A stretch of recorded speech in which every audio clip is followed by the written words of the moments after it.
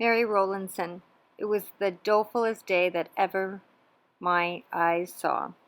This is how Mary Rowlandson described the day in February of 1675 when the Native American forces of King Philip attacked the town of Lancaster, Massachusetts. Mary and her 3 young children were inside their garrison house. Because of the threat of attack, these were houses that had been especially designed to protect families with thick log or plank walls. At this time, there was a war going on between the colonial families and King Philip's forces. King Philip, whose real name was Metacogmet, was Chief Massasoit's son and now a Native American leader of the Wampanoag tribe in New England. The colonists were settling in more and more of these territories that had belonged to the native tribes. Soon these tribes were attacking colonial settlements and killing settlers. Eventually, the colonists would declare war against the native tribes. It would be called King Philip's War or the First Indian War. The colonial settlers who were living in Lancaster were always prepared for an attack. Families were ready to take refuge in the garrison house, like the Rowlandsons, if necessary.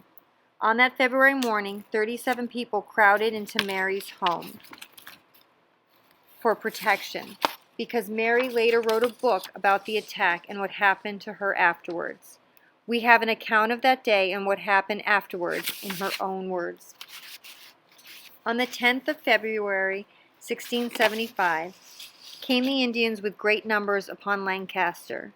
Their first coming was about sunrising. Hearing the noises of some guns, we looked out. Several houses were burning and the smoke ascending to heaven, Mary wrote. Soon those inside the house smelled smoke. The Native American warriors had set fire to the Rowlandsons' house, forcing everyone inside to come out. Many of them were killed instantly. Mary was shot in the side, and her 6-year-old daughter was injured. 13 settlers were killed, and 24, including Mary and her 3 children, were taken captive by King Philip's warriors. I had often before this said that if the Indians should come, I should choose rather to be killed by them than taken alive. But when it came to the trial, my mind changed.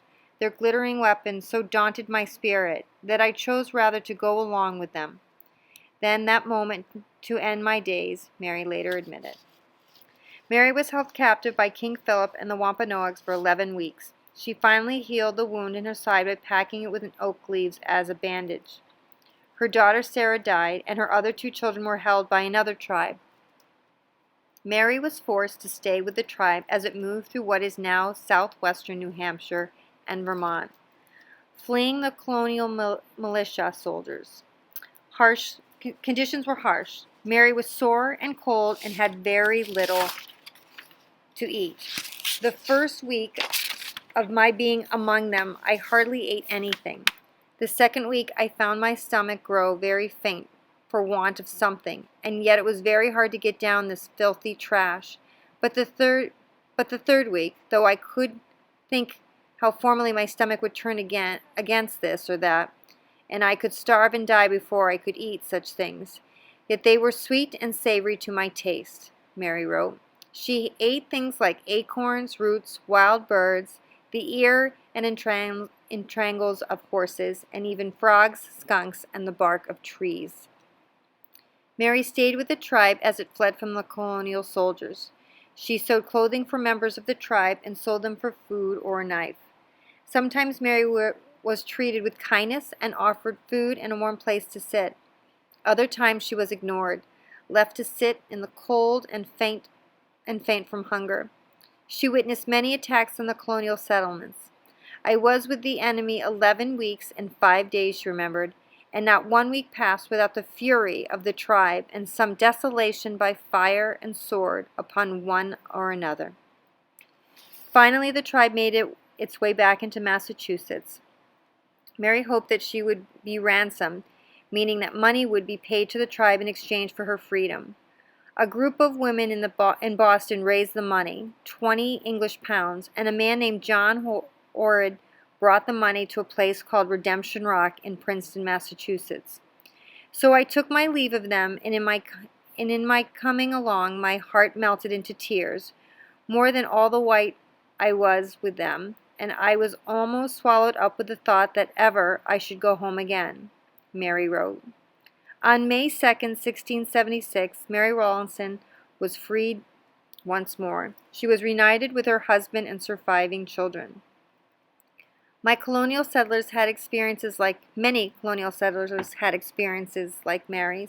when they were captured by King Philip's warriors.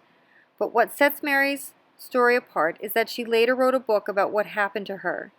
The narrative of captivity and the restoration of Mrs. Mary Rowlandson was published in Boston in 1682. It tells Mary's story in her own words and became the first bestseller in American history. King Philip's War ended in 1677, a year after Metacogmet himself was killed by colonists. The Native American tribes could no longer stop the expansion of the colonial settlers into their territories.